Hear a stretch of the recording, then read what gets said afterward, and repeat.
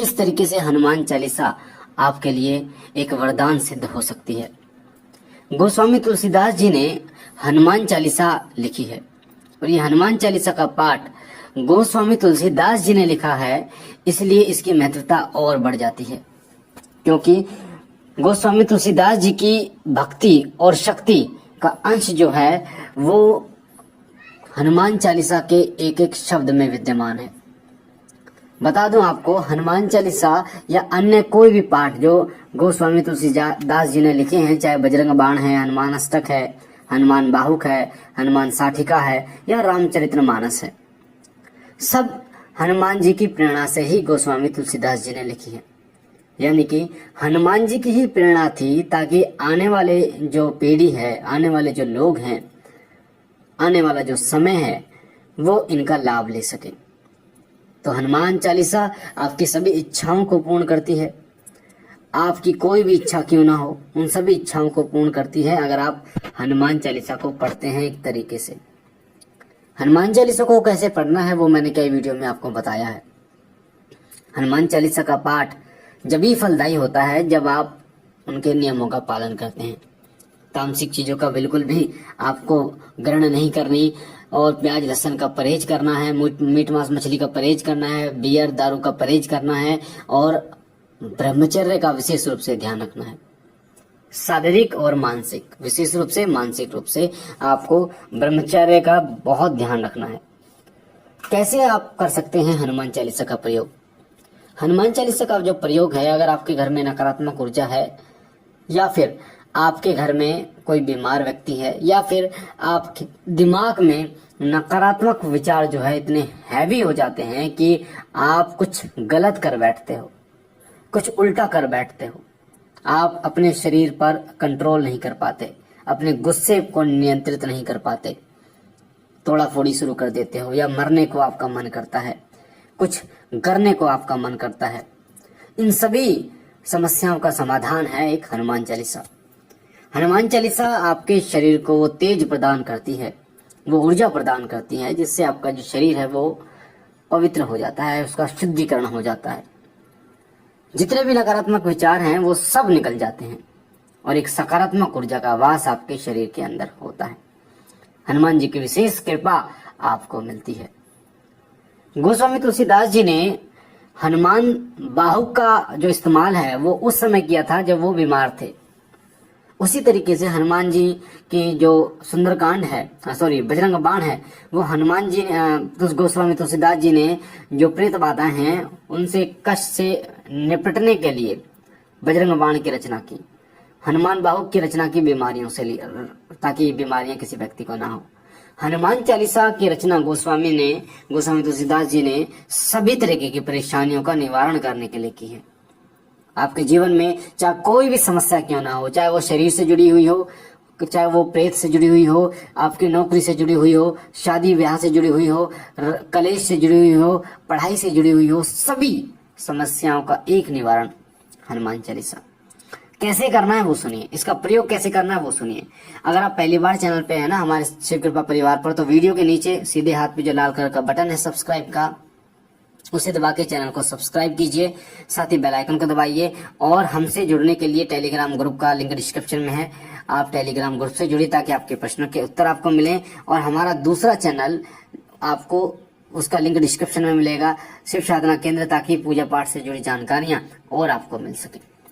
हनुमान चालीसा को सिद्ध करने का तरीका है, और वो गोस्वामी तुलसीदास जी ने स्वयं बोला हनुमान चालीसा में कि जो 100 बार पाठ करे कोई, यानी कि जो 100 बार पाठ करेगा हनुमान चालीसा का, उसकी सभी समस्याएं खत्म कर देंगे हनुमान जी। तो 100 बार अगर कोई व्यक्ति पढ़ता है, अब हनुमान चालीसा का जो विधान है वो भी कई तरीके का है, आपकी श्रद्धा विश्वास पर ये विधान जो है वो निर्भर करता है। हनुमान चालीसा वैसे खुद सिद्ध है, पर वो सिद्ध आपके लिए जब होगी जब आप हनुमान चालीसा को तरीके से पढ़ेंगे।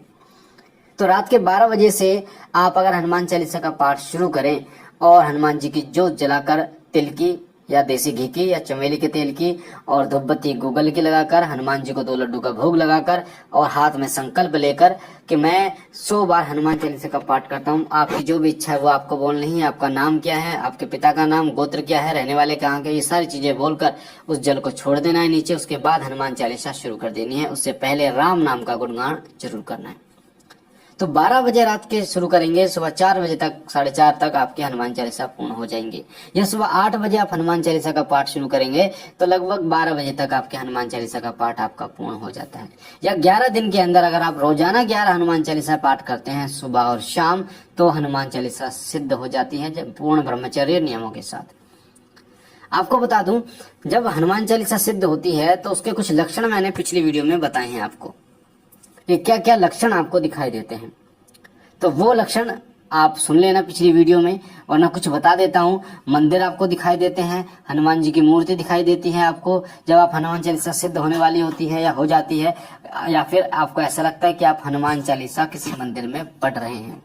सिद्धपीठ मंदिर आपको दिखाई देता है, जैसे बालाजी महाराज का है मेहंदीपुर वाले का, साथ ही सालासर दरबार है, कष्टभंजन हनुमान जी महाराज है, और भी हनुमान जी के बहुत सारे सिद्धपीठ दरबार हैं।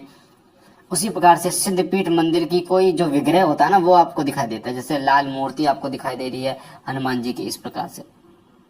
या कोई आपको ऐसा व्यक्ति दिखाई देगा कि कोई आपके ऊपर शमशान में या कहीं तंत्र करने की कोशिश कर रहा है और आपने उसे रोक दिया है, या हनुमान जी ने उसे रोक दिया है, इस प्रकार। तो अब इसका प्रयोग कैसे करना है वो ध्यान से सुनिए। आपको रोजाना, अगर आपके घर में प्रेत बाधा है, आपके शरीर में प्रेत बाधा है, बीमारी है, कुछ भी है, ए टू जेड समस्याओं का निवारण हनुमान चालीसा है। आपको क्या करना है, हनुमान जी की जोत जलानी है सुबह। हनुमान जी की जोत आप तिल के तेल की जला सकते हो, देसी घी की जला सकते हो, चमेली के तेल की जला सकते हो, गूगल की धूप जलाइए। और उसके बाद 1 लोटा जल या 1 गिलास पानी लेकर अपने सामने बैठिए और लाल कपड़ा का आसन आप रखिए, हाथ में जल लीजिए। अगर आपको 21 दिन का करना है तो 21 दिन का, 11 दिन का कराना है तो 11 दिन का, वरना सबसे अच्छी विधि मैं आपको बताता हूँ, रोजाना संकल्प लीजिए और रोजाना कीजिए।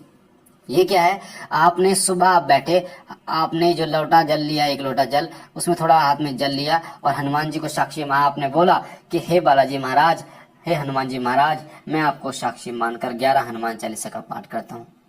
मेरा नाम ये है, मेरे पिता का नाम ये है, मेरा गोत्र ये है। गोत्र भी नहीं पता, कोई दिक्कत नहीं है। माता पिता का नाम, अगर वो नहीं है माता पिता, या पिता नहीं है माता नहीं है, तो स्वर्गीय लगाकर आप बोलना। और रहने वाला मैं यहाँ का हूँ, एड्रेस बोलना है आपको, हाउस नंबर, ये आपको सारी चीजें बोलनी है, जिला क्या है, गांव क्या है, सब बोलना है। उसके बाद बोलना है कि हे हनुमान जी महाराज, मैं आप 11 हनुमान चालीसा का पाठ करता हूँ। मेरे शरीर के अंदर, मेरे परिवार के शरीर के अंदर और मेरे घर के अंदर जो भी नकारात्मक ऊर्जा है उसका नाश कीजिए, जो भी बीमारी है उसका नाश कीजिए और हमें ठीक ठाक कीजिए, हम पर अपनी कृपा कीजिए। उंगलियों के माध्यम से जल छोड़ देना। फिर आपको हनुमान चालीसा पढ़नी है। 11 हनुमान चालीसा का संकल्प आपने लिया है, 11 हनुमान चालीसा पढ़ेंगे। पहले हनुमान चालीसा शुरू करेंगे ना, पहले राम नाम का गुणगान शुरू करेंगे। ध्यान रखना 10 मिनट तक राम नाम का गुणगान कीजिए, उसके बाद आपको हनुमान चालीसा शुरू करनी है।